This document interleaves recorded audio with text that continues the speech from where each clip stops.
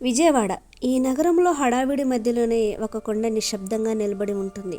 అదే గుణదల కొండ. ఈ కొండపై ఉన్నది ఒక చర్చి మాత్రమే కాదు, లక్షలాది మందికి నమ్మకానికి నిలువెత్తు రూపం. అమ్మలా ఆదుకునే దైవం గుణదల మేరీమాత. 1920వ కాలంలో ఈ గుణదల ప్రాంతం అప్పుడు అడవిలా ప్రశాంతంగా ఉండేది. అక్కడ నివసించే కొద్దిమంది క్రైస్తవులు మేరీమాతపై అపారమైన భక్తితో కొండపై ఒక చిన్న గుహలో అవర్ లేడీ ఆఫ్ లార్డెస్ విగ్రహాన్ని ప్రతిష్ఠించారు. ఆ రోజు నుంచి ఆ కొండకు ఒక పవిత్రత వచ్చింది. ప్రతిరోజు ఎవరో ఒకరు వచ్చి మౌనంగా ప్రార్థన చేసేవారు, కన్నీళ్లు తుడుచుకొని తిరిగి వెళ్ళేవారు. రోజులు గడిచాయి. ఒకరి ద్వారా ఒకరికి గుణదల మేరీ మాత దగ్గర ప్రార్థన చేస్తే మనసుకు శాంతి లభిస్తుందనే మాట వ్యాపించింది. ఆ మాటతో పాటు నమ్మకం కూడా పెరిగింది. అనారోగ్యం, ఆర్థిక కష్టాలు, కుటుంబ సమస్యలు, ఏ బాధ ఉన్నా మేరీమాత దగ్గరకు వెళ్ళి తల్లివడిలో తలపెట్టినట్టు మనసు తేలిక చేసుకునేవారు.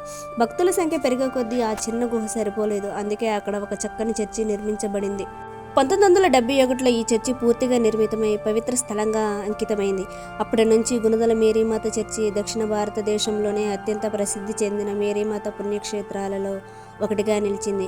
ప్రతి సంవత్సరం ఫిబ్రవరి నెలలో గుణదల కొండపై భక్తి సముద్రం ఉప్పొంగుతుంది. చిన్నపిల్లల నుంచి వృద్ధుల వరకు కాళ్ళతో కొండ ఎక్కుతూ కొవ్వొత్తులు వెలిగిస్తూ మేరీమాత అంటూ ఒకే నామస్కరణ. ఆ దృశ్యం చూస్తే మనసు కదలకుండా ఉండదు. ఇక్కడ ఒక ప్రత్యేకత ఉంది. గుణదల మేరీమాత కేవలం క్రైస్తవులకు మాత్రమే కాదు, హిందువులు, ముస్లింలు ఎవరైనా సరే వారి నమ్మకంతో వస్తే అమ్మలా ఆశీర్వదిస్తుంది. అందుకే ఇది ఒక చర్చి మాత్రమే కాదు, అమ్మ గుడి. గుణదల మేరీమాత అద్భుతాలు చేస్తుందా, లేదా అక్కడికి వెళ్ళిన మనుషుల నమ్మకాన్ని బలపరుస్తుందా? ఏది నిజమైనా ఒకటే, నమ్మకం ఉంటే మనుషుకు శాంతి తప్పకుండా లభిస్తుంది.